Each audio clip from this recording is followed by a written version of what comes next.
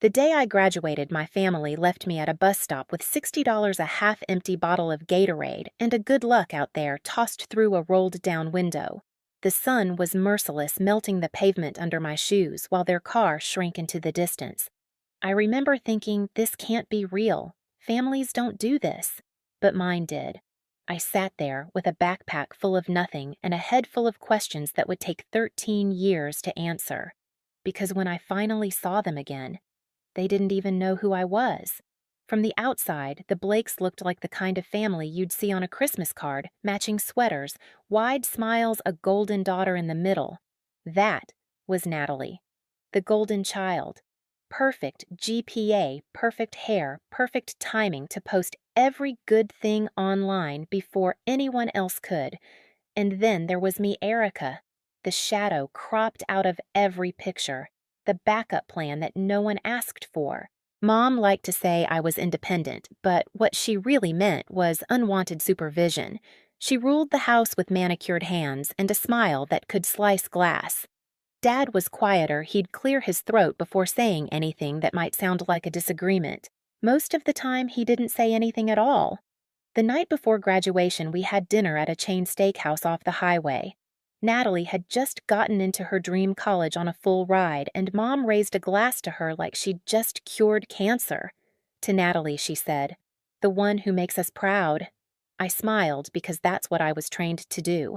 When Mom's gaze turned to me, it was brief, obligatory, and to Erica for finishing. Everyone laughed, except me. I didn't know that would be my last meal with them.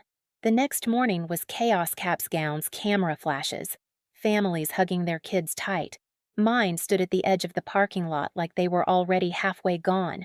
When the ceremony ended, I turned around to find them.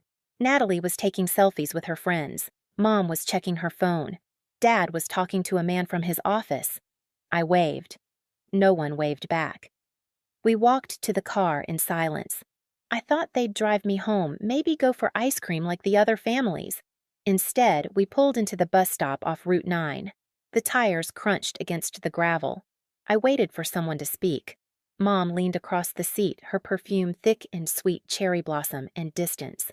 "Good luck out there," she said, pressing $60 into my palm like it was a gift, not a goodbye. I opened my mouth, but no sound came out. The car door slammed. The taillights disappeared around the bend. That moment split my life in half before and after the bus stop. After that, there were no more dinners, no more phone calls, no more holidays. Just silence. The kind that hums in your ears until you forget what voices sound like. I found a cheap motel a few miles away, the kind with flickering lights and carpets that tell stories you don't want to hear. The sign outside read, "Sunny Pines." There were no pines and nothing sunny about it, but it had a lock-a shower and a mattress that didn't ask questions. I lay there that night staring at the ceiling, thinking maybe being left behind wasn't the end. Maybe it was the beginning of something they'd never see coming. The first week alone felt like living inside a bad dream that wouldn't fade when the sun came up. Every morning, I'd count the $60 again like it might multiply overnight. It never did. The vending machine at the bus station became my breakfast, lunch, and dinner. By the time I found work at a gas station on the edge of Brookfield, I had $12 left and blisters that looked like maps of everywhere I didn't want to be. The gas station manager, Mr. Liu, hired me under the table for $8.50 an hour. I mopped floors, cleaned bathrooms, stocked shelves. He didn't ask questions, and I didn't offer answers. At night, I'd walk back to Sunny Pines, my shoes soaked from the rain, my clothes smelling like diesel and loneliness. The only sound in the room was the hum of the old air conditioner trying to breathe. One night at the diner across the street, I met Jo. She was the kind of woman who looked like she'd seen every version of rock bottom and learned to laugh at it. Purple streaks in her hair chipped nail polish sarcasm like armor. "You new in town?" she asked, lighting a cigarette even though the sign said not to. "Sort of," I said. She studied me, then smirked. "You've got that just fell out of my own life look. Don't worry, it fades." Jo became my accidental friend. We'd talk after shifts, sitting on milk crates behind the diner, Bruno, her three-legged dog, snoring between us. She didn't pity me. She just listened, and sometimes that was enough. Weeks passed. Then I met Caleb, a quiet man with calloused hands who ran a small wood shop near the edge of town. He came into the diner one morning, noticed the sketches I was doodling on napkins, tables, shelves, anything with clean lines and hidden strength. "You draw?" he asked. "Just mess around." He nodded toward the lines. "Come by the shop sometime. See if you can turn those drawings into something real." I showed up the next day. The shop smelled like sawdust and lemon oil. Caleb didn't talk much, just handed me sandpaper and told me to start on an old oak board. By the time the sun set, my arms ached, but something inside me had quieted. I hadn't realized how much noise pain makes until it's replaced by purpose. Caleb paid me in cash and sandwiches. After a few weeks, he taught me how to stain wood, how to listen for the grain instead of fighting it. "You've got patience," he said once, almost surprised. I laughed, but later in the bathroom, I cried. It was the first kind word an adult had given me in years. The phrase, "good luck out there," still echoed in my head, but it didn't sting anymore, it fueled me. Every time I heard my mom's voice in my memory, I'd push harder, sand longer, stay later. One night, Joe caught me sketching again. "You still drawing shelves?" she asked. "Yeah," I said, trying to figure out how to make something that stands when everything else falls. She grinned. "That's not furniture, kid, that's therapy." I didn't know it then, but that was the turning point, the moment my survival became creation. I wasn't just working anymore. I was building a way out. Work became my rhythm, the only thing that made sense. Mornings at the gas station, evenings at the diner, weekends sanding wood in Caleb's shop. My hands toughened my savings jar, filled slowly. I stopped checking my phone because there was never anything there. No missed calls, no come home. Silence became its own language, and I learned to live fluently in it. Months blurred into a year. Then, Lena walked into the shop, a boutique owner from 2 towns over. She saw one of my sketches pinned on Caleb's wall. "Could you build this?" she asked. I almost said no. Then I said yes, even though I had no tools of my own, no clue if I could pull it off. 4 nights later, I delivered a pine shelf that leaned a little to the left but stood tall. Lena paid me $150 and asked for 3 more. That money felt heavier than the $60 my mom had pressed into my hand years ago. It had worth. Caleb started giving me space in the back corner of his shop. I taped a note above my workbench that said, "Break the cycle." Every time I looked at it, I worked harder, quieter, steadier. The shop became my church. Then, Marcus showed up, a local filmmaker who made short features about small-town creators. Joe had sent him my name without asking. He filmed me sanding, staining, shaping wood into stories. He called the piece "Hands Make Homes." It was posted online, just another local video, until it wasn't. Orders started trickling in. Comments piled up. For the first time in my life, strangers saw me and not as the forgotten one. That's when the first message came. From Mom. "Hey, sweetheart, saw your little video. So proud of you. You've always had that spark." My fingers hovered over the reply button, then froze. Proud.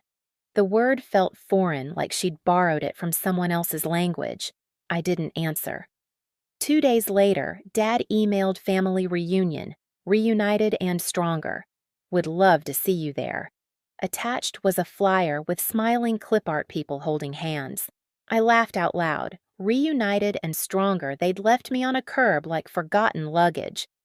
I printed the flyer and taped it to my fridge beside Bruno's photo. Joe noticed it when she stopped by for coffee. "You going?" she asked. Not sure. She leaned back in her chair. "You're not thinking about showing up humble, are you? Maybe." "Liar." She grinned. "Show up like the plot twist."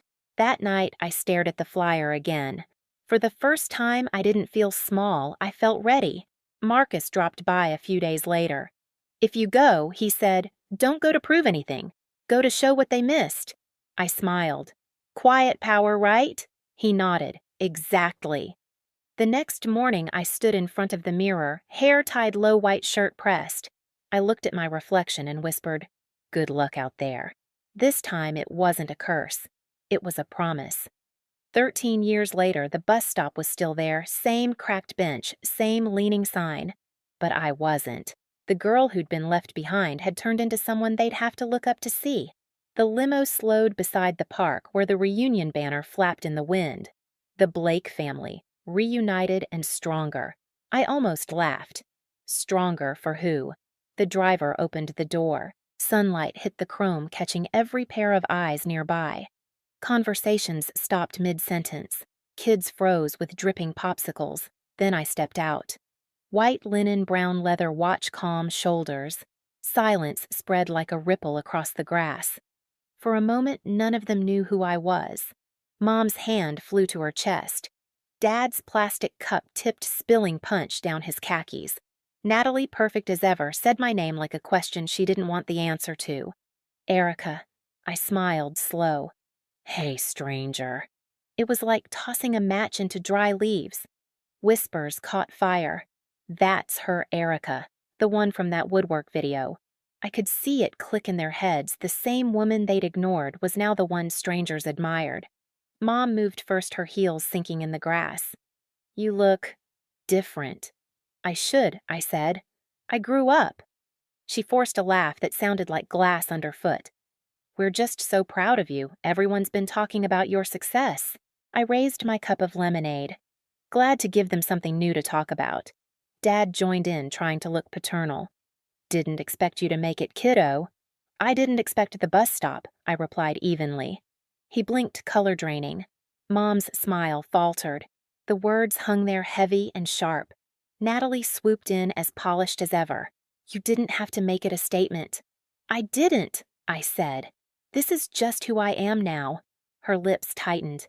They never meant to hurt you. I know. They just didn't care if they did. That shut her up. Around us, relatives began circling, buzzing like flies around honey they didn't earn.